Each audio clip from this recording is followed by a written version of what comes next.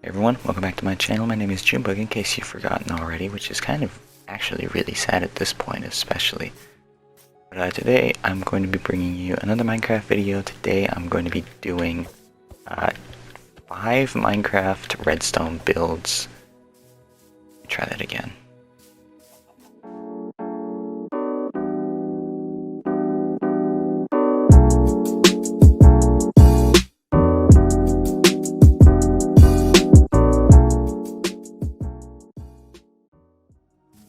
Hey everybody, welcome back to my channel. My name is Junebug, in case you've forgotten already, which is kind of a problem. You need to get that checked out if you forget after every single video, because I do upload kind of frequently, so yeah.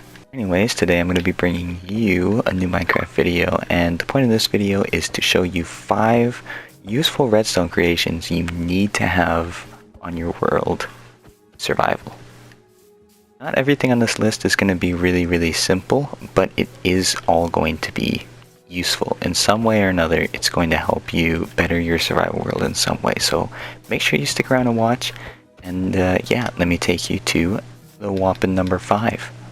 So number 5 is a redstone piston door. It simply works by clicking on some of these, what are these called? Pressure plates, and it opens the piston. And there are variations that you can make to this. I'll show you this one right over here, which is a simple, just one single door. It works the exact same way. It's just skinnier and smaller.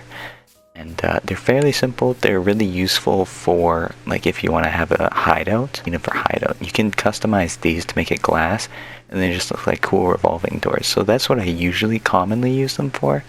And I'll show you how the redstone works right here. It's really simple. We'll get rid of these things for now, but you can already see where the pressure plates go, and from here you just kind of need to dig out a 2x3 by 2 hole. I think I mess up the dimensions every time because I'm not really sure how you're supposed to say it. But anyways, you just dig a 2x3 by 2 hole, fill it with redstone, build out 3 blocks that way. And on the 3rd block, make it 1 block higher and place a torch down. And you do that on both sides. And then you place whatever block you want on top of it.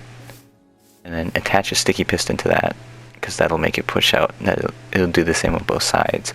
And you place a redstone on here, because the redstone torch will power this, which will power the next sticky piston, which opens it. And of course, when you step on the pressure plates, it activates these, deactivating the redstone torches, opening the doors. Works the exact same way with this. The only difference is that it's a skinnier space. And yeah, as you can see, it's just a normal 1x3 instead of being 2x3, just so they can accommodate for being open like this. And if you want to make it look natural, you just place a block under so that it doesn't look like, so that you can't see the sticky pistons. With that out of the way, let's move on to number 4. Number 4 right here is a sugarcane farm, and basically the way that works is the sugarcane will grow on this sand right here over the water. Will grow up until it's in front of the observers, and once it's in front of the observers, it will push out the pistons and will knock down all of the sugarcane and push it into the water through the hoppers into this chest. Now the way that this works is actually super simple, so let me get rid of this. Simply because it's not, oh shoot, I did. Anyways, the way that works is simply by placing 1 block below, placing normal pistons on top of those blocks, placing observers facing this way, facing towards your chest, out, and placing redstone right here. Because what this will do is, once something goes in front of it, it'll activate this redstone, activating the pistons, pushing it all out. Once it gets pushed out, it will go through the hoppers and work its way into the chest. Now, to be a little bit more specific about how the hopper should work, you just want to place a chest down at the bottom of the hole. So actually, I'll show you what it's supposed to look like exactly. You just want to carve out a little T like so. place the chest at the bottom, right? Because that's where you're going to access everything from. Then you want to place a hopper. This is super important. You want to make sure it's facing that. And the way that you do that is by specifically crouching and placing it onto that. It should look like that, because then it'll funnel into it. And then from there, you just want to make sure everything will attach to each other. So this hopper attaches to that one, which will look like that. And then this hopper has one flowing into it on each side, which will look like that. As you can see, they all flow, starting here and here, flowing into this one, flowing into this one, flowing into the chest. Let's move on. Oh jeez, why does his eyes look like that? Alright, hold up. You know we gotta take a second look at that. That was creepy. I mean, look at that. Oh my lord. Okay, sorry. Back to the video now. 3, 2. Moving on to number 3. Number 3 is what is known as a super smelter. And basically the way that works is you start at the top, you put some ores in there, put some coal into the second chest, and then you put some, well, you don't actually have to put anything in here because everything will flow into here. I'll show you how it works right here. As you can see, you want to start off by building the bottom level because that makes things a lot easier. Once you've built the bottom level, put some hoppers down and make sure they are facing the bottom level chest.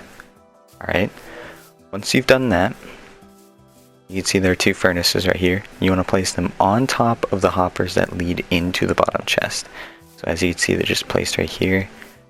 In the middle here, between these 2 chests, you want to put some hoppers down that connect to the furnaces. This makes it so that once you put the coal into this one, it'll lead directly into the furnaces. And then for the very top, you want to put some more. You want to put the chest down first, of course. So what's easiest to do is place a block in between each of there, and then place down the chest, and then break those blocks and replace them with hoppers. You're going to start back here actually after you've placed your chest, and you're going to funnel it into the furnace. So it's going to be 2 layers of funneling into the furnace. And then from here, underneath the top chest, you're going to funnel the hoppers into the other hoppers that lead to the furnaces. That way when you put the ores in the top one, it'll lead through these hoppers, lead to the back, and lead down into the furnace, which will be cooked by the coal, leading into this chest. This is super convenient for smelting when you have a bulk of items, just because it moves into the 2 separate ones, and it just takes a lot out of the process, so you don't have to worry about adding on things in here, and you can just stack everything into the chest right away. Let's move on. Number 4. Why did I just say number 4? I meant number 2. Bleh. Alright, so number 2 is a activating nether portal. I don't know why I say activate. I don't really know what else to call it. It's an on and off portal. So basically, the way it works is you flick one switch, it turns it on. Flick the other one, you turn it off, and as you can see, it just goes away. Now I'll show you how it works right here because it's much simpler. In this chest we have a flint and steel, of course, and in this one you have a water bucket. And the technicality behind it is you want to place down your lever on the left side. That's for the furnace, and the way that this redstone works is just simply by leading redstone to the dispenser. And of course you need to flick it so that it works right. And this one is a little bit more complicated because I always have problems with it, like right there. Basically the way that works, it's similar. You lead redstone to an observer, which is facing towards the redstone. That way when it gets activated, it sets off the... Now the water one is always a little bit more tricky for me because you have to time it exactly right so that it doesn't spill everywhere. And so far I keep messing that up because it doesn't work for me to just really fast click on this one, because then it just goes everywhere. So you have to make sure you flick it at the exact right speed, at least on the PlayStation, to make sure it works. Let's move on to our final one. Number 1. So number one is probably one of the most, sort of I'm looking for, useful of all of these things, because it's something that's actually necessary for, you know, your survival and just for convenience's sake. The rest of them are things that you could definitely use and you should have in your worlds just for more convenience. This one is one that I would recommend that every player has. This would be like one of the first things I end up making, because all the rest of them you can get along with for a while, or you can get along without. This one right here just makes everything so much easier, and you can get along without it, but it's so much harder, and it's so much easier to just, you know, just build it. So basically what it is it's a filter. So I have to wait for these things to spawn, but I thought I'd give an explanation while I'm waiting. But as you can see, there's just a normal spawner in there, and they are all falling down the hole that I've built that is 16 blocks high. I'll give an explanation in another video for different ways to make mob spawners. Yeah, there will be a whole video dedicated to that, but for right now, what you need to know is I've built the mob spawner, and there is a spot for me to kill them down low, wait for these two to fall through. Now I'll go and show you. So you come through here, and as you can see there are a bunch of them right here. Just go through and kill them real quick. They're all over a hopper. Now everything's going into the hopper and is filtering. Unfortunately, it's not exactly working the way that I wanted to, because down at this end there's not supposed to be anything. There is supposed to be something, but it's only supposed to be the things that you definitely want. See what I can. So you can see there was rotten flesh in there. I'll throw my sword in there, and the sword will work its way here. There's no rotten flesh. There's not in any of these hoppers that you can see. Where it went was down here. Hey, you're supposed to be gone. I don't know how those get out. Anyways, all the rotten flesh went down here. Now obviously not all of that was from that spawn. The way that this thing works is super simple. The only thing that's at all difficult is acquiring the resources, so I'll show you right here. Yeah, so this is, we're pretending this is the zombie. This is a zombie I just killed. So right in here, there's going to be something that's inputted. Basically the way that works is you want hoppers leading all the way to this end chest, which is where the things that you want are going to be. And there's going to be these hoppers down here, which lead to here, which is the items that you don't want. Now the way that this works is super simple. Let me hide my hand so that you can take a screenshot of it, or a video or whatever. Let's see, where is it? I always forget where it is.